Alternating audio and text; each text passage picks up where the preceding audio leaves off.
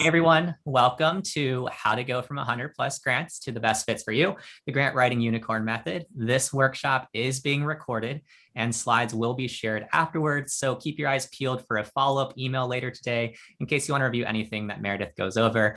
She's also graciously offering some templates and helpful resources that we'll be sharing in the recording later today. So keep your eyes peeled there.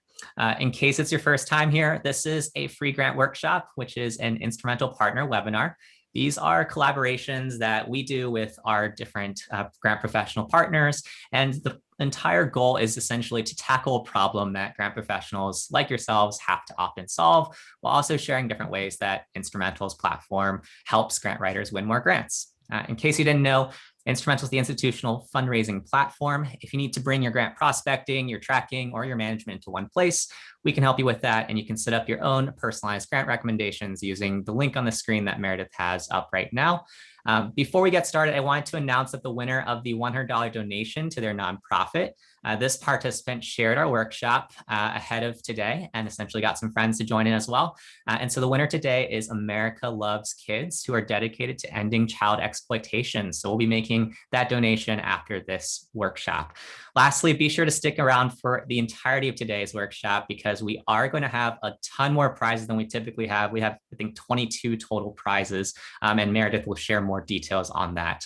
Now that housekeeping is out of the way, I'm very excited to introduce Meredith from Learn Grant Writing. Over her career, Meredith has secured over $45 million in grants, and she's the author of the Amazon best-selling book, How to Write a Grant, Becoming a Grant Writing Unicorn. Meredith, feel free to take it away. Woohoo! All righty, let's do this. I grew up, my dad's side of the family is Swiss, so I also appreciate getting a party started on time. All right, so throw questions that you might have as I go in the chat box. I'm going to hit them if I feel like they're super time sensitive. Otherwise, Will and Alex are tracking on them, and we'll be able to get those at the end if I miss any. But all right, so what are we talking about today? How to go from 100 plus grants, the magic of Instrumentl, to actually figuring out which ones are worth your time. So I am the redhead, if you can't tell, and Alex is to my left in this picture, and we help those that are looking for a career change become grant writing unicorns so you can build a life you love. You can basically message Alex right now via the chat box. She's over there, but you can also just Instagram DM her at Learn Grant Writing.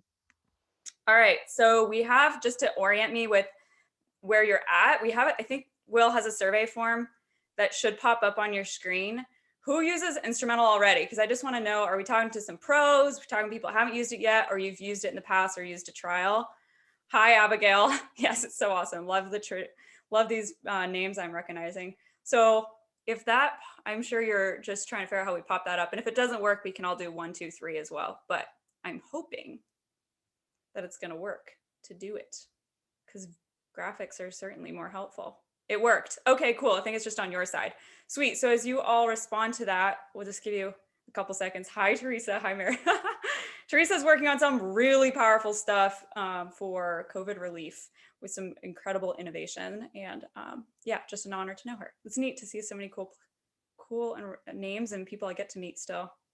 Okay, so I guess if you think that a fair amount have come in, you could close the poll, and it hasn't popped up on my screen, but maybe you can tell me what you see.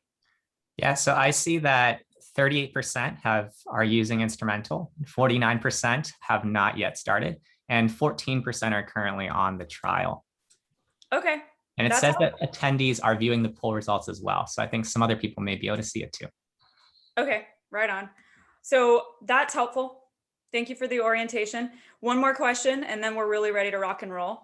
Yeah, thanks, Katie. It's true. I'm like, ding dong, why can't I see them? Host can't see polls. Good point. So what situation best describes you? 1, you're a grant writer, a consultant, or side hustling it. 2, development and fundraising teams. 3, an executive director or some other leadership role. Or 4, other, which I know is broad, but in the interest of keeping it simple, plug in where you fit, because that will also help me as I think through the examples I want to share with you on the fly, while getting a sip of tea from my unicorn mug. Poor choices. Many people do all of those. Well, you can, I guess you're right. You could say other and it's multiple. You're welcome to just put it in the chat box. You're right. Where's the number 5, which is all hats, right? Just trying to keep it simple. So Katie, 1, 2, and 4. Yeah, good point. All hats here. Okay. All right. Option number 5 is all hats. So Yep. looking at the results, we have 45% saying they're grant writer consultant, 24% saying a development and fundraising teams, 15% executive directors, and then 16% other. Okay, and then X% that are all hats, right? Hashtag all hats. That's great. That is definitely the hashtag for today. All right, this is helpful. Let's hit it. Now I know where everyone stands. Thank you for sharing that with me. All right, game plan for today. We are talking about creative angles to think about funding, 3 stages of an effective grant prospecting funnel, and how you can apply the grant writing unicorn method. The last time I did a live webinar, well, this time last year, it was actually National Unicorn Day. My boyfriend and his twin brother crashed it in these unicorn outfits. So I didn't tell them we're doing a webinar today, so that would not happen. But we wear them occasionally, you might see it. All right, perks. Instrumentl is hooking everyone up. So we are releasing on June 2nd, second edition of my book, How to Write a Grant, Become a Grant Writing Unicorn. I'm so proud of it. It goes basically to get print tomorrow. I'm really excited about that. So they are going to be releasing 20 copies, and we're going to give 2 seats to our online course.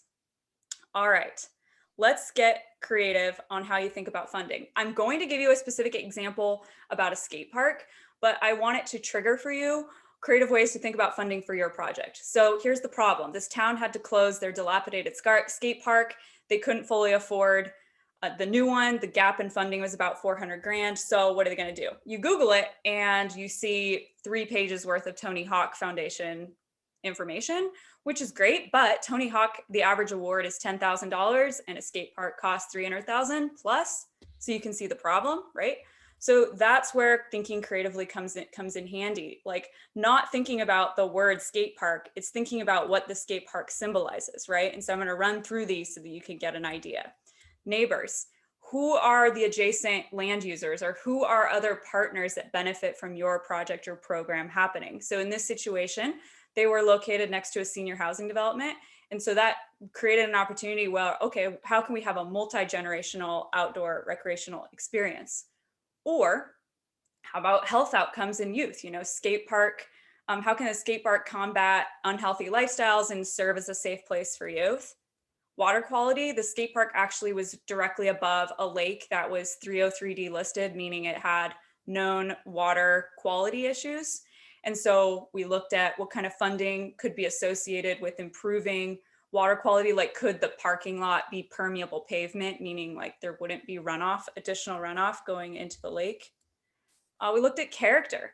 So this community in Massachusetts has a history of glass blowing. And so we looked at, okay, could there be some sort of integration with their arts and culture community with the skate park? But of course, upon further reflection, I thought maybe glass and skateboards don't mix very well, but you get the creative thinking juice, right?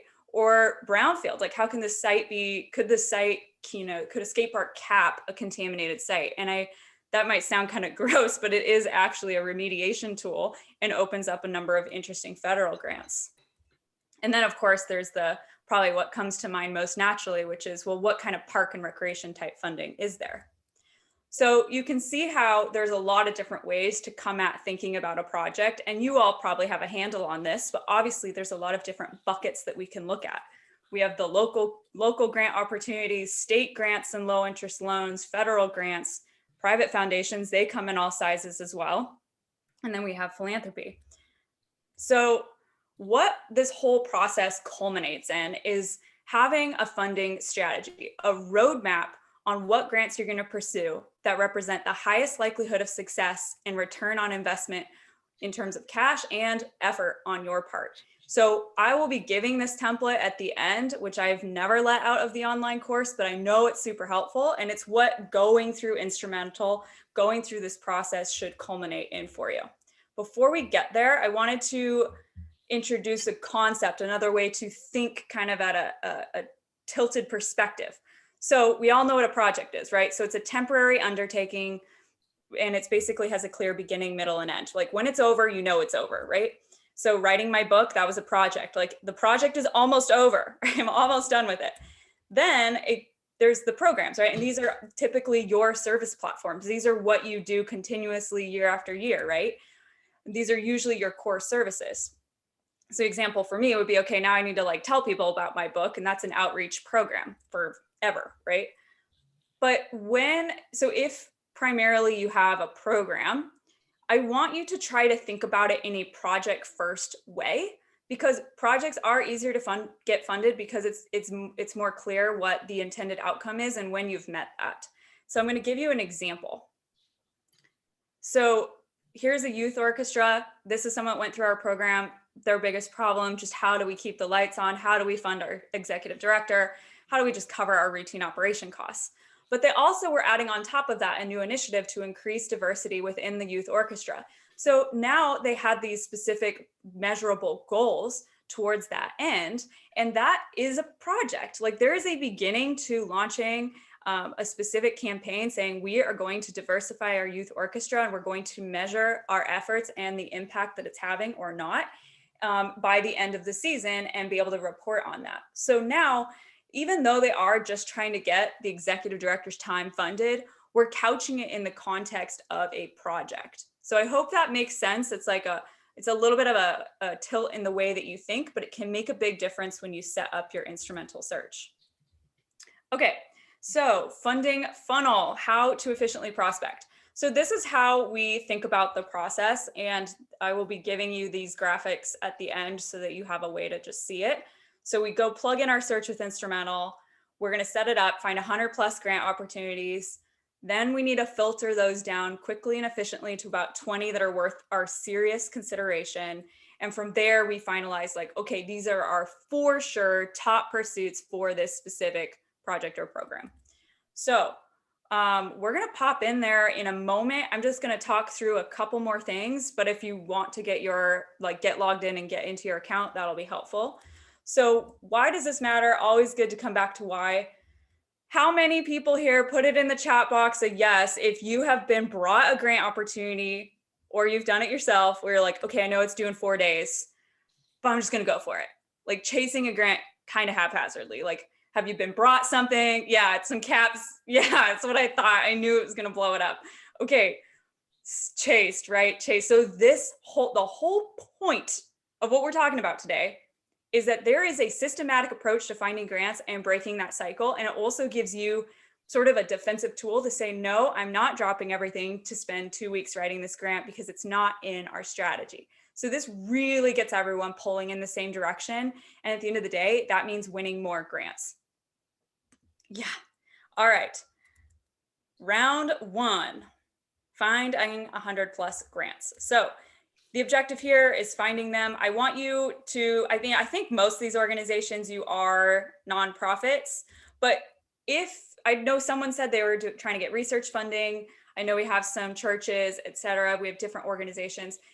It's important to think about who else can you partner with to access more funding, right? And so there's a lot of interesting combinations that can be put together. And so I want you to be thinking about that, not just in the context of what can we individually receive. So let's pop in real quick and we're going to go set up a search. Yeah, before we go to that phase. So I am in my Instrumentl account. You all can just watch their latest release. Is awesome. It actually aligns really, really well with the funding strategy model that we teach better. So Will, 2 thumbs up. I'm really digging the update. I'm going to go ahead and set up a new project. I think I want to do the national IT example. So whoever posted that, would you mind adding in the chat box and any other context that you can about it? So I'm going to just say national IT for what was the training capacity building? Go ahead. Yeah. Can I just talk? Yeah. Maybe it's a little faster. Yeah. So our organization is Generation USA. We operate programs nationally. They're like boot camp, really rapid training programs to get people from unemployed and disconnected from education to an entry-level role that will kickstart a career. So it's free for participants. And so we raise all of our funding, through philanthropy. Love this. So you are a nonprofit, I'm presuming? Yes. Okay. But what's so interesting is that you can partner with for-profit business. Yeah, we do. Yeah, we probably absolutely. Universities? We partner with community colleges as well. Yeah. Awesome. Let's see. So should I just say public? Yeah, probably public. Okay. And any government entity, do you partner with like local governments at all? Yeah, we do. Yeah, local workforce boards, etc. Perfect. That's kind of what I thought. Perfect. We're not going to look at any individuals. We're going to go ahead and say no for faith-based right now. But you can see, like, if she could have just hit, Kelsey could have just hit nonprofit, but she didn't. We're looking at everyone that she could be partnering with. Okay, so your project takes place in the US. Is it all 50 states? Yeah, we have like community college partners in specific states and cities, but we have our programs open to anyone in the US. I guess I'll say national in scope. Okay. So fields of work. I think of this as keywords.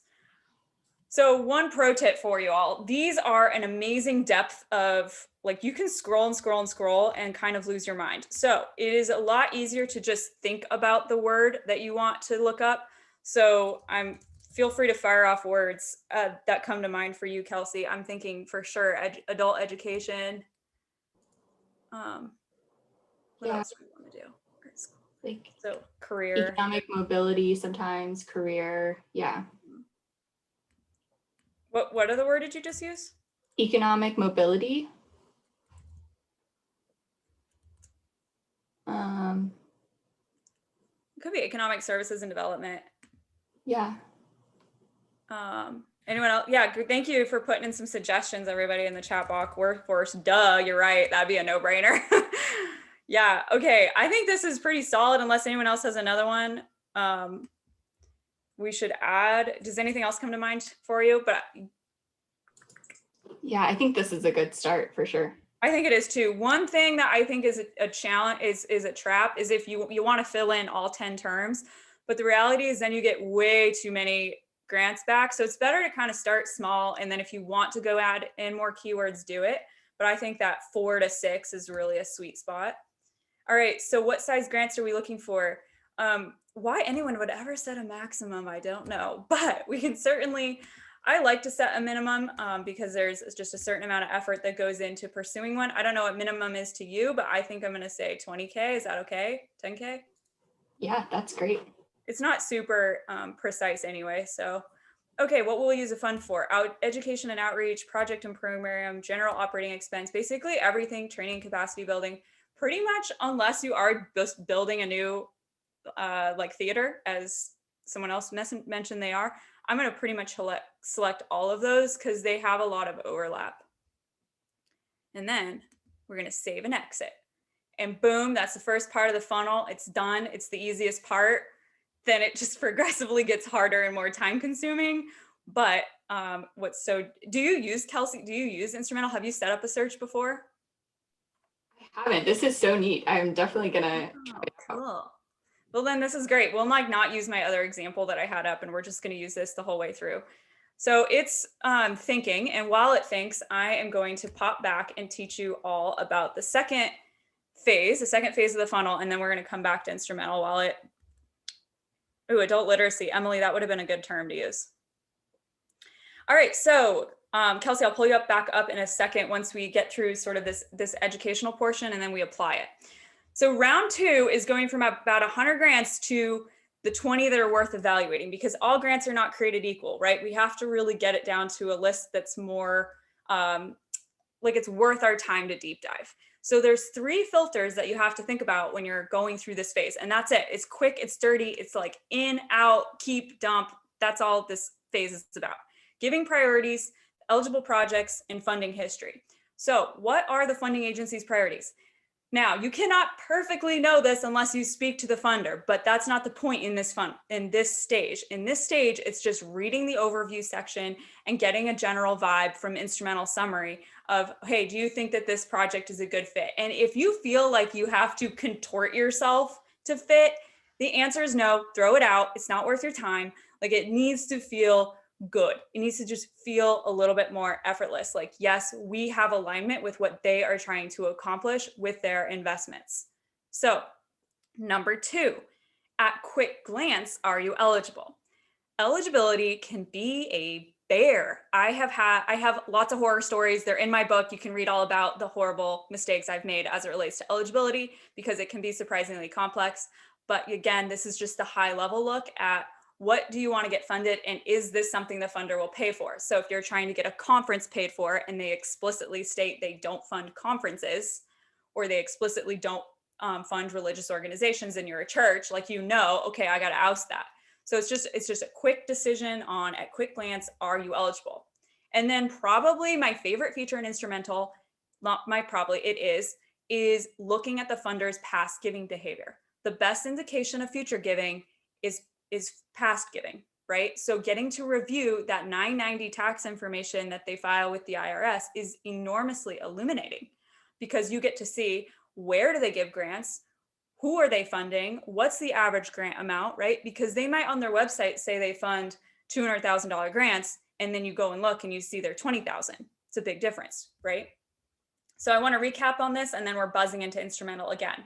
So these are the 3 questions, literally all that you need to ask yourself for this phase. Do you believe there's alignment between you and the funder's giving priorities?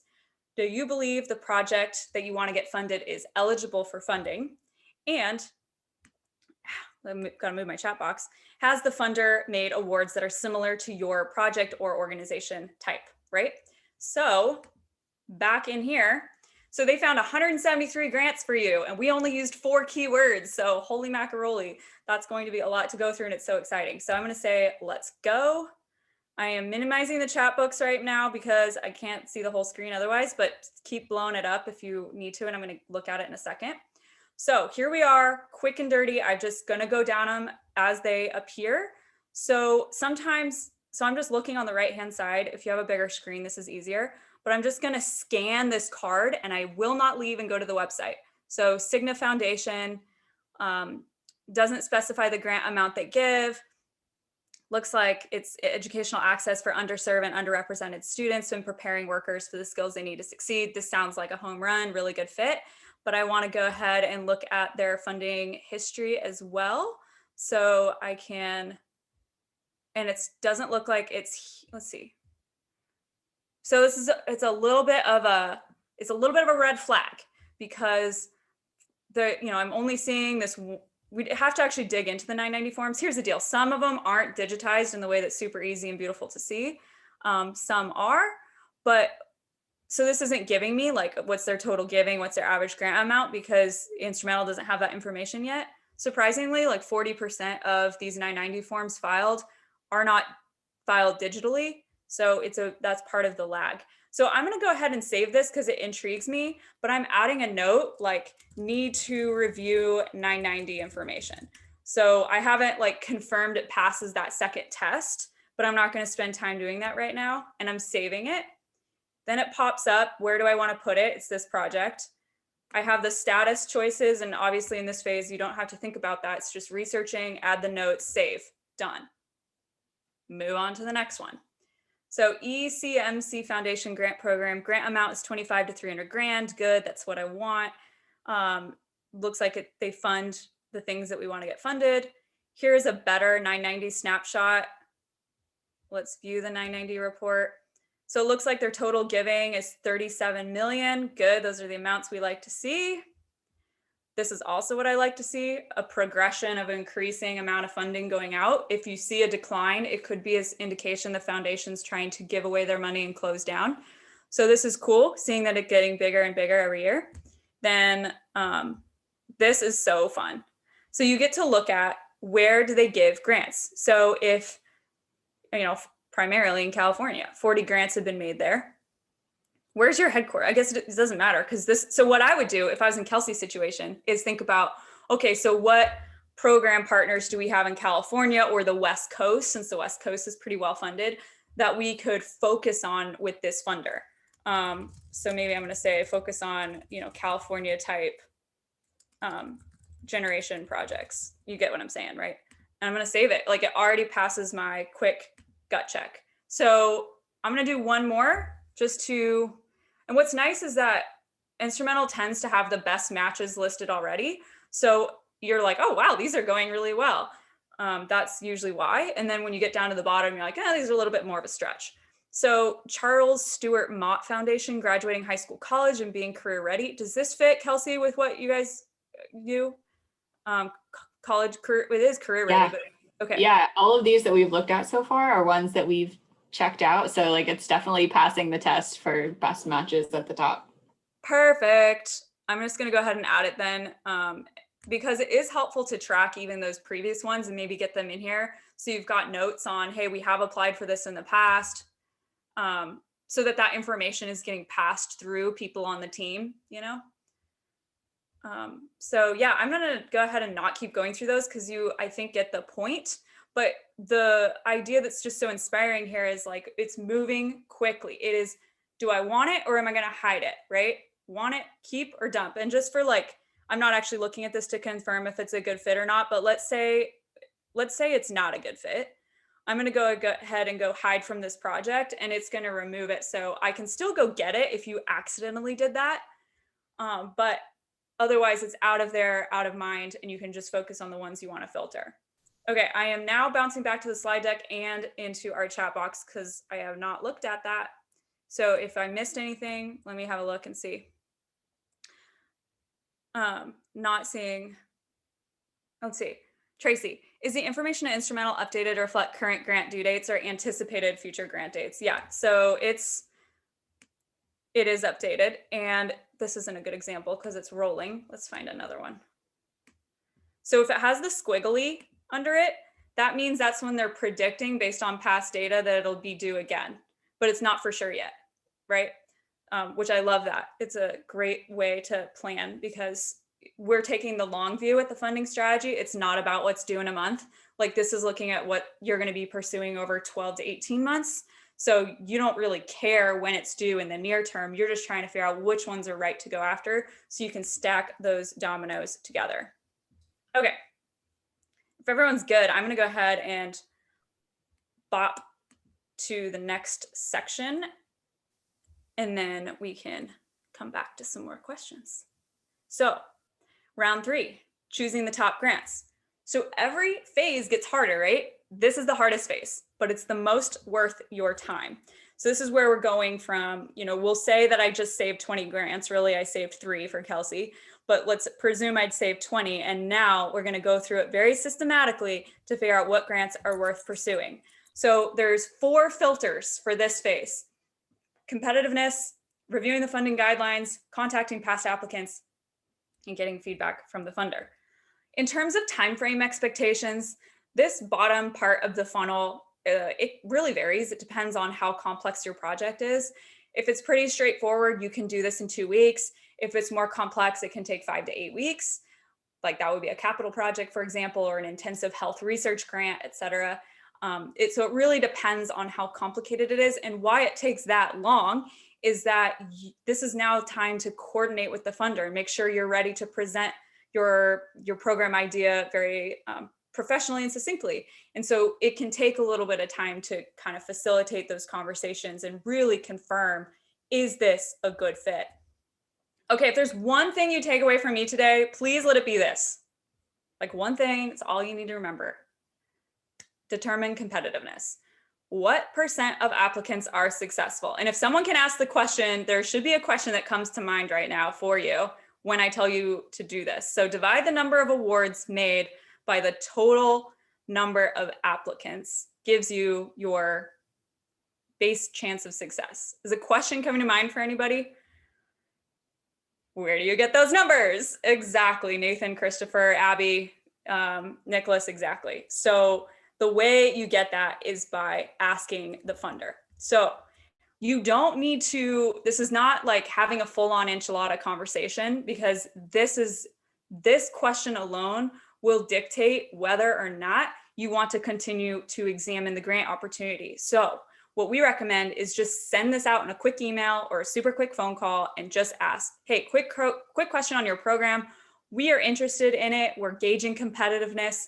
How many applicants applied last year? What % of those were successful? Thank you so much. Your call if you want to include your organization name or not, doesn't matter. You're just trying to get back. And yes, thank you, such a good question. How many of those emails get answered? So 70%, get answered from my experience and from the experience based on my students. Sometimes it's very common to like send it back again. And what's nice about Gmail being like, pops up the reminder, you know, like, hey, you haven't had a response in 5 days. Do you want to send this again? But on the whole, people do respond to it because it is quick. It's not asking a huge amount. Like they can fire out an answer to you right away. So on the whole, we definitely get pretty good answers. Yes, Abby, such a good question. Does the COVID grant rush last year affect this? Yes, it does. A new chapter that I added to my book is what the funder wants you to know and do. And one of the organizations actually that Instrumentl introduced me to, and they basically said we doubled our investments when we saw COVID coming, and because we knew that there was going to be an influx of requests, and the requests were 100x, right? So they doubled the amount of money they were giving, and then the amount of money. So obviously that skews the data, right? But it is still important to know that, and I think that they would still provide that perspective for you. So definitely worth asking. You have nothing to lose to send out a boilerplate email asking this question, because and Jasmine, good question. Like I said, about 70% from my experience respond. Oops, I'm going back. So what you want to do is like roughly, we want a 20% or greater likelihood of success. I know that this varies depending on the space that you're in and how competitive it is. But if we're looking at a grant, you have a 2% chance of winning. It does not matter if that thing is pristinely perfect. There will be a bunch of other pristinely perfect grants. Your time is better spent somewhere else.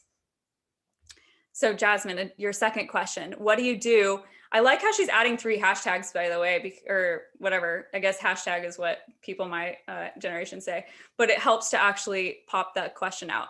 So what do we do if the response is we don't share that information? Sometimes that is what they say, but we'll respond back and say, hey, like just a high level ballpark is fine. Like I don't need to know exact. I'm just trying to get a ballpark for how competitive this is to make sure it's a good use of both of our times for us to apply.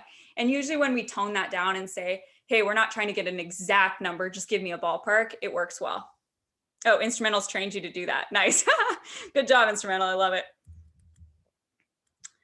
All right. So next question is reading the funding guidelines. So this is where you're actually out of Instrumentl. We're reading the guidelines if provided, and you're really trying to get a handle on what needs to be in place to be competitive. How much work is this going to be versus how much we're going to get, right? Confirming if it still feels right. And there are some weird nuances that you will find in funding guidelines, especially when we're talking about federal and state grants. And so it's so important to understand those so you can ask the questions that you need to have clarified, right? And not go down a path of pursuing something to just discover, wow. And I'll give you an example. So that skate park project I mentioned earlier, they were on the Cape, they're on the Cape. And so something in the program said communities on the Cape are only eligible for $75,000 of park and recreation funding. And I thought, gosh, that's such a bummer, because any other community in Massachusetts can get 400,000. So what is the deal with that? So I ended up contacting the funder to get clarification, and they said, oh no, your community can apply for the full 400,000. It was like some other weird nuance that I didn't pick up and understand in the funding guidelines, but they clarified that. So when the city council, whatever they call them there, I forget, they have a different word for it, came back with that question saying, are you sure we can apply for 400,000? I was confident they could and had the documentation to show it. So there are nuances, and that's why we need to get into the funding guidelines. Contacting past applicants. So asking for a copy of their grant application. Worst case is they say no. We have a very highly transparent culture. If you want to see any one of my grants, you can have it.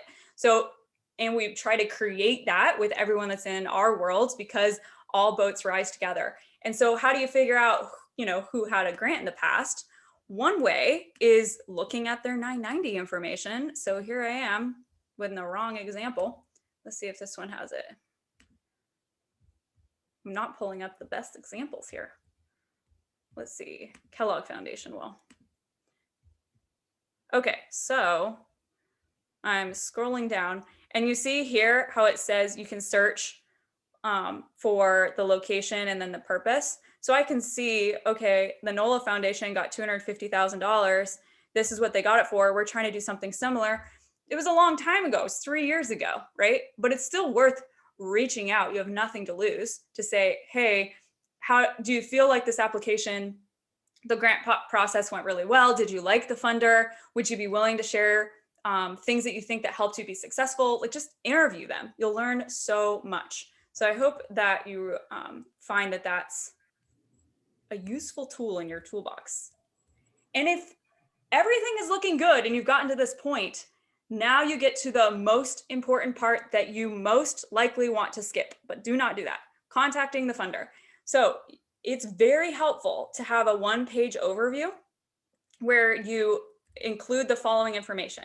1 page, description of your organization, the problem that you solve, what you want to get funded, why you want to work with that funder, how you align to their funding priorities, project cost, ballpark is fine, and contact information. I literally edited 3 of these yesterday for students in our program, but here is just a screenshot of one that we just put into our book so you can get an idea. You can use Canva and make it look beautiful, but the point is it's succinct, it's compelling, you've got contact information at the end, and when you basically prep this, you can then provide this to your funder and say, hey, we're in the investigative stage trying to figure out if we are a good fit for you and you a good fit for us.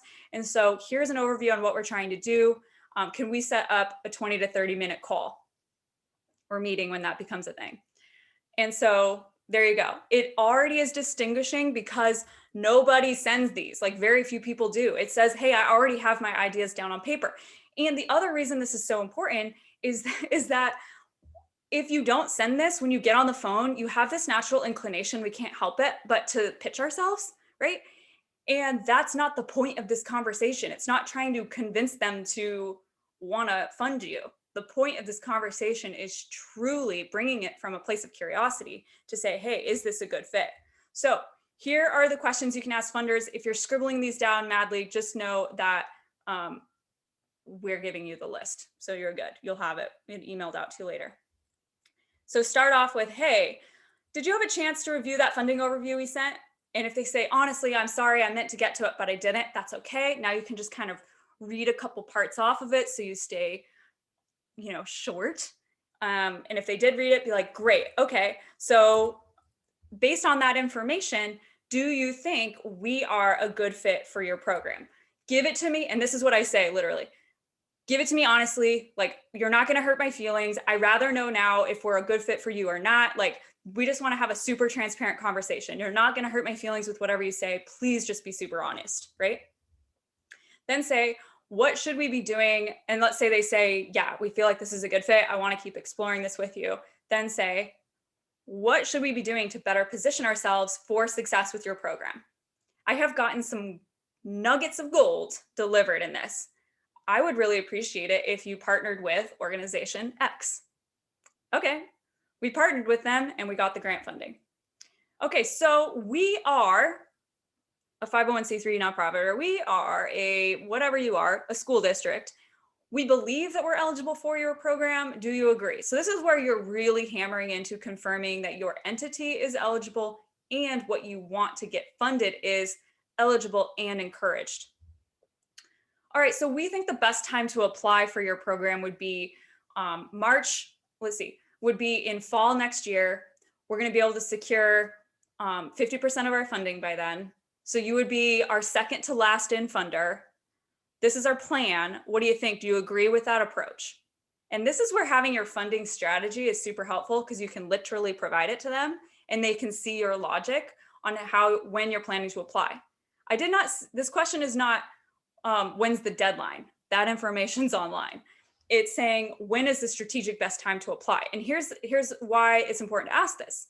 So some of the grant programs say rolling deadline, but the reality is the board meets twice a year, maybe June and November, to make decisions. So they need your grant program they need your application 60 days prior, preparing for that board meeting for that next one. So if you wanted to be in consideration for November's board meeting and you get your application in November, guess what? You're waiting all the way for June cycle, right? So that's why it can be super important to ask them about, like, what do we need to know in terms of strategic timing? Critical thinking skills are so useful here. So Next one, what makes the successful applicants that you've funded in the past stand apart? Right? Ask that question. All right, is there anything else you want us to know or to think about? Like, please lay it on us. What else do you want us to know? And that also opens up a great dialogue typically. Okay, so hope that that's helpful. Now we are rolling into the next part of the process. So we're at the bottom of the funnel.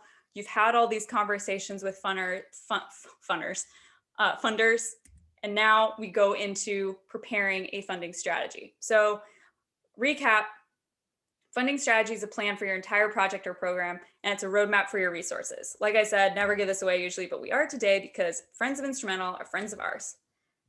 So I'm zooming in here on what this template looks like. Typically, it's just like a memo, right? So a memo to get everyone on the same page. You can describe the process you went through. There's literally a script here to help you with that. Then you roll down, and now it's saying there's a hummingbird trying to get into this place. I wish I could, wow, it's crazy. It's just hanging out there. He wants to come in, everyone. Okay, funding sources to consider. You're going to list them here. You can put them in whatever format you want. We tend to put it into a table, but you're welcome to list it. However, this is not about just rehashing out information, like the summary that's from Instrumentl. This is about giving someone exactly what they need, like why you think it's a good reason to pursue, adding your logic. Like this is where you're describing what you're doing, right? So you continue to do that. Maybe you have a draft version first, say, hey, here's the top 10 grants that we're down to for this program. We still need to do a little bit more investigative work, but this is what we're looking at. And then you get it as close to final as possible. Add a timeline, when are we roughly trying to get this all in place? Obviously, this information moves into Instrumentl because that's where you're operating out of, but it can be really nice to have it in a memo that's presentable to the board, to directors, et cetera. And then reiterate any next steps that you want them to take, because there's usually like 95% of the time some sort of project planning that needs to happen that you could really use their help with. So let's see, back here. So what goes into this funding strategy? I just told you basically. So overview, next steps to be funding ready, the overview of each grant, schedule, and the order that you want to pursue them, domino effect, and any final calls to action. So here's what the funding strategy looked like for the skate park. It was actually such a beautiful document because I used to work with this ex-pro skateboarder and he had all these really cool skate park photos. So the actual funding strategy was beautiful, but this is what we ultimately recommended. Start with the Tony Hawk Foundation because they will be first in. They'll fund $10,000 to help the community, like the local skateboarders, like really mobilize and get active. Then go after 50 grand from the Lyndon Paul LaRusso Charitable Foundation. They have a personal and invested interest in that community. Third was going after this Parkland Acquisitions and Renovations of Community program. And then the fourth was the Massachusetts Department of Environmental and Energy Affairs, because they could fund some of the site development, like the parking lot and some educational signage to improve the water quality of that lake. So it was this whole process, but it culminated in, here are the 4 grants to pursue in this order. Here's the specific timing to hit these, and we can go get that $450,000, $500,000 that they needed, which was successful, and the project is funded. So the real talk on this, figuring out what grants to pursue is hard work. It's an iterative process. It takes time. But when you recognize that the work you put in now is going to pay huge dividends, you're less stressed, you're winning more grants. Like, it's so worth it. So you've got this, you know how to filter grant opportunities, you know what questions to ask a funder, you're going to get a copy of them, and you're committing to me that you're going to prioritize grants that you have good odds of winning. So we're going to get into Q&A in a hot second. Just a quick overview on who we are. So, because I didn't do that. So Alex and I are the co-founders of Learn Grant Writing, where we help those looking for a career change get into grant writing. And so we have a year-round membership program, and that's what that looks like. I know many of you probably aren't trying, you've got lots of other hats on. That's what we talked about, hashtag all hats. So if you are looking for grant writing help, we actually do have a page on our website. So learngrantwriting.org/hire-a-grant-writer. And you can go peruse through our certified grant writers and see if you can find someone that fits what you're looking for.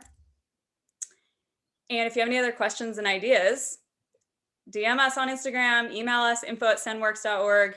You'll see lots of funny unicorn videos. And that's it. I think we can do Q&A, and then Will, do you want to do Q&A first and then explain raffles, or what do you want to do? Yeah, I'm going to go ahead and explain the raffle, and then we can open up for some questions. First off, everybody that's stuck around, there's a few ways you can enter today's raffle. The first one is, if you haven't already, you can start your Instrumentl trial using Meredith's link. There's a link in the chat if you don't want to type it in. Essentially, it's www.instrumentl.com/LGW. If you already have an Instrumentl account or you've already used a trial in the past, there's other ways you can enter too. Just submit the webinar feedback form when you get it, or share on social and tag us what you learned today. And we'll be announcing the winners on Friday. So Instrumentl is going to be raffling away 20 copies of Meredith's new book, and they're going to be raffling two courses as well. And so we'll follow up with anybody that's selected in terms of getting your mailing addresses and things like that to ship out the books and whatnot as well. And then the other thing is, if you enjoyed this grant workshop as well, you'll probably like our next one too. It's in 2 weeks or so on 7 tips to write grants like a pro with Holly Rustick, and you can register on our events calendar. But other than that, I will open up for questions. I think Alex, I'm going to have her moderate some of the questions that may not have been fielded earlier. And if there's any particular Instrumentl questions as well, we can answer them for you in the chat with Amelie, or as well as myself. Yeah, would it be okay if I go stop share and did the grid view so I can see everyone's faces? It's a little bit more community oriented. All right, if you guys are looking in your Zoom, go to the upper right hand corner and go to gallery, and we can see each other. Cool, so lovely. Hello. All right, so I got a question from Emily, and then Alex is going to help me catch up. I'm sure she kept a list. So Emily, do you need a grant writing certification to be successful? No, no, you don't.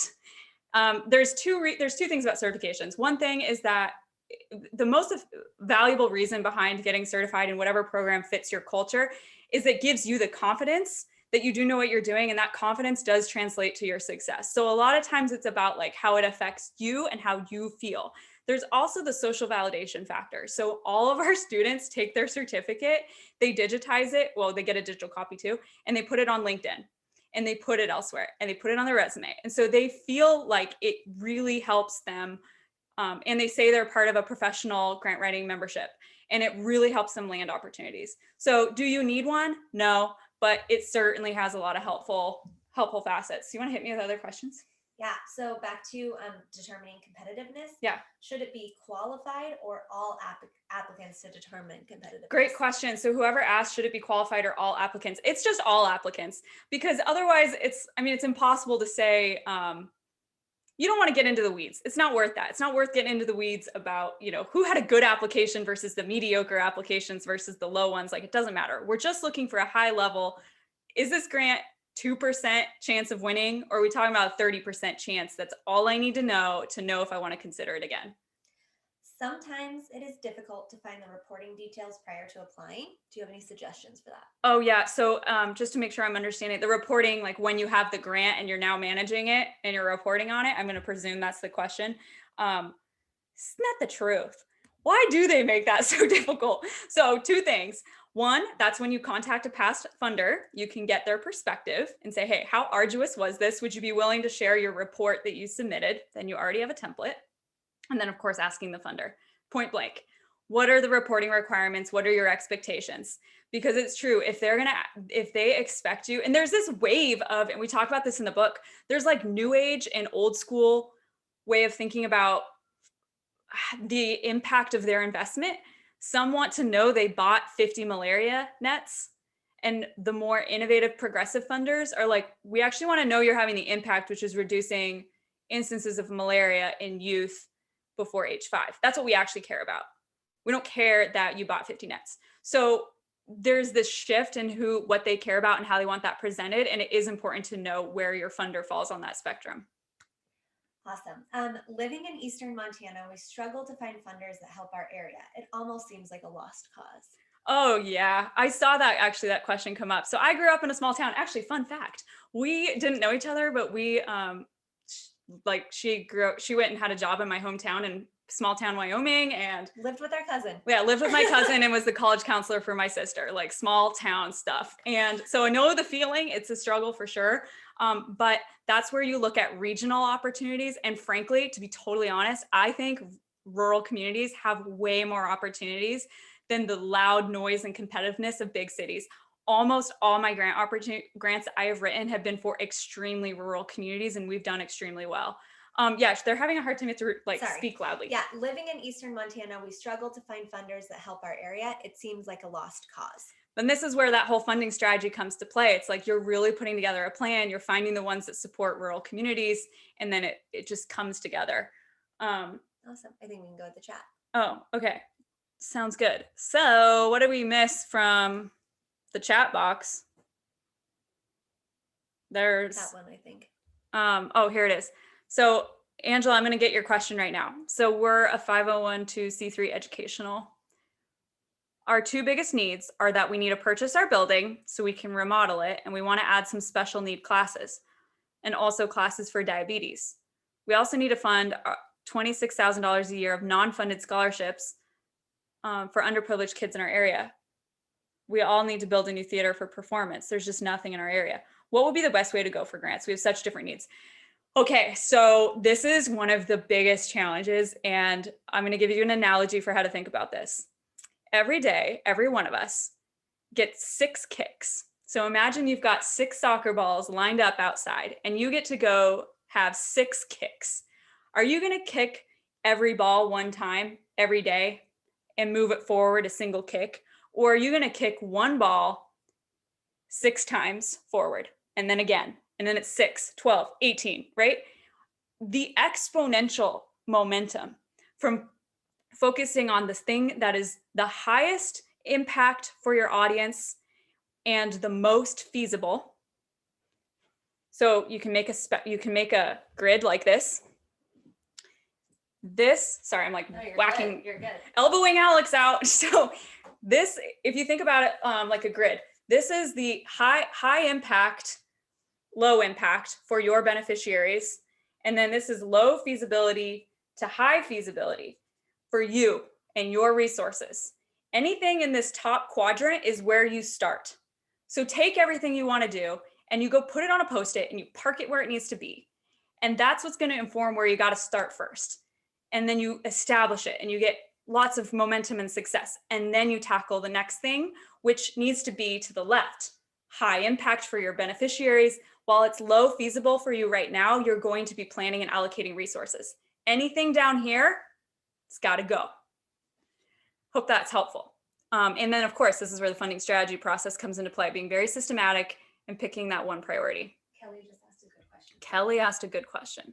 The health and wellness one? Yeah. Kelly? Okay, so if a for-profit health and wellness coach is partnering with a nonprofit women's shelter, is the for-profit eligible for funding to provide services to the nonprofit? Such a good question. So my grant writing career was built in a for-profit business, helping get money for our clients so they could pay us. Amazing business development strategy.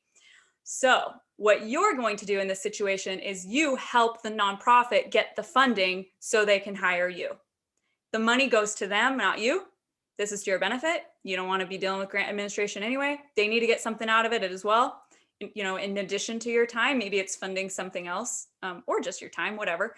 But you can use that as a business development strategy to cover your time, help them get the grants so they can afford you because they don't have the time to go write that grant. So you help them write the grant. It's a very effective model. Emily, I'm going to hit your question. Emily, as a grant consultant, I am struggling with a nonprofit client that's looking for general operation funding but has not done strategic planning or goal planning this year. Yeah, and is in the middle of a potential rebranding. That's a red flag, and it makes telling their story challenging. Should I pause on the grant writing and wait for strategic planning to happen, or is there a way to be successful with less specific information in a grant application? Oh, the struggle is real. So this is why, as a grant writer, you are more than a grant writer. You very often are facilitating prioritization. This is where Alex's zone of genius comes to play.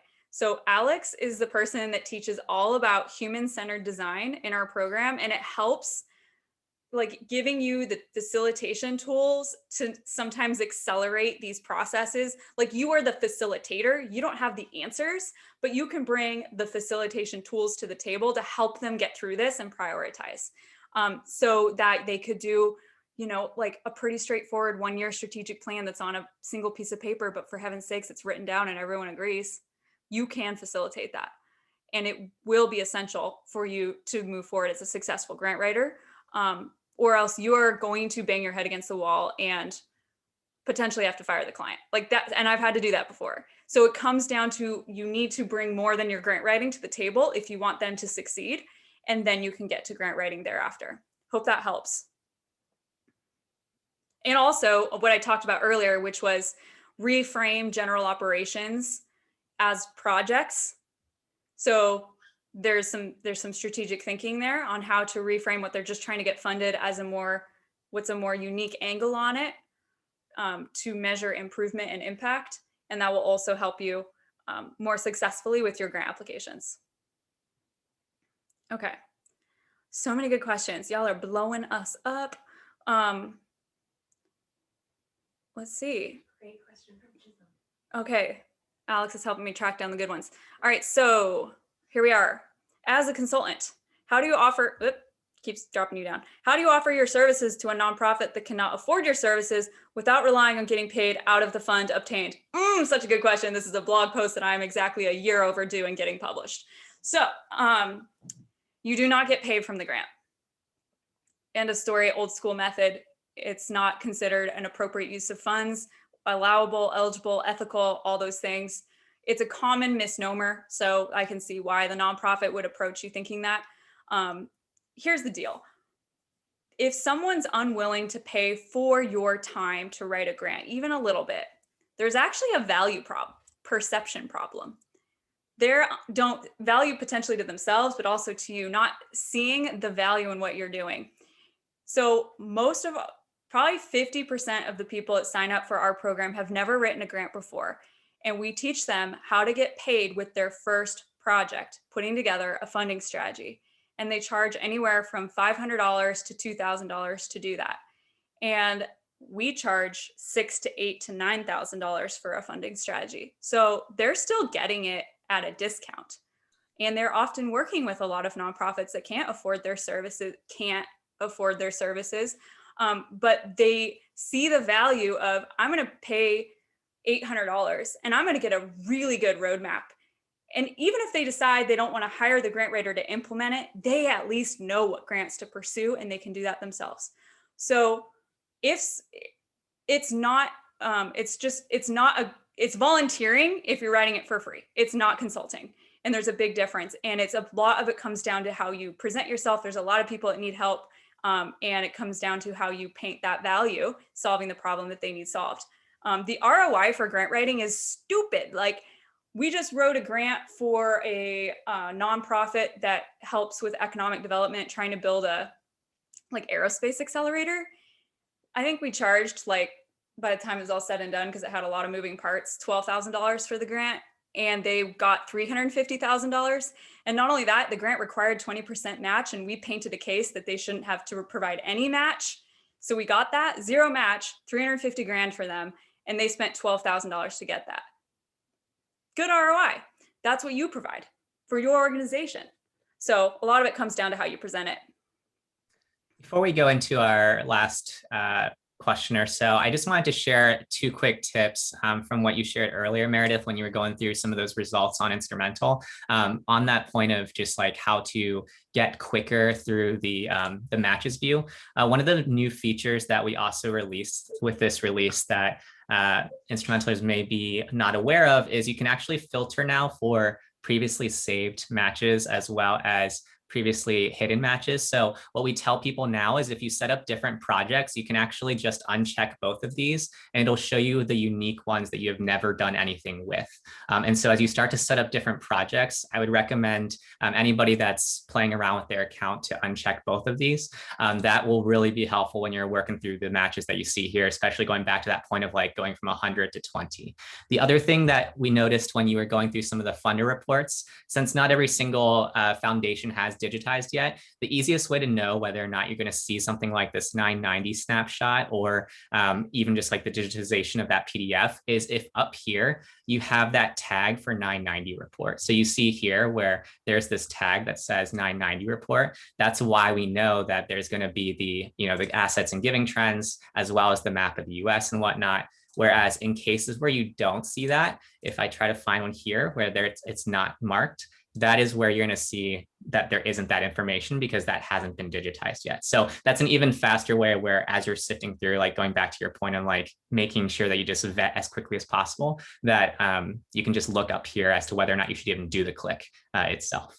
And then the other thing as well to keep in mind is when you move it into your tracker now, when you have it in this view, everything is going to be rolling until you move it to another stage aside from researching. So the concept here with this new release is that anything you ever see here is never going to be overdue. Like if March 18th were to come around for the gray muzzle grants, it's going to show the 2023 date.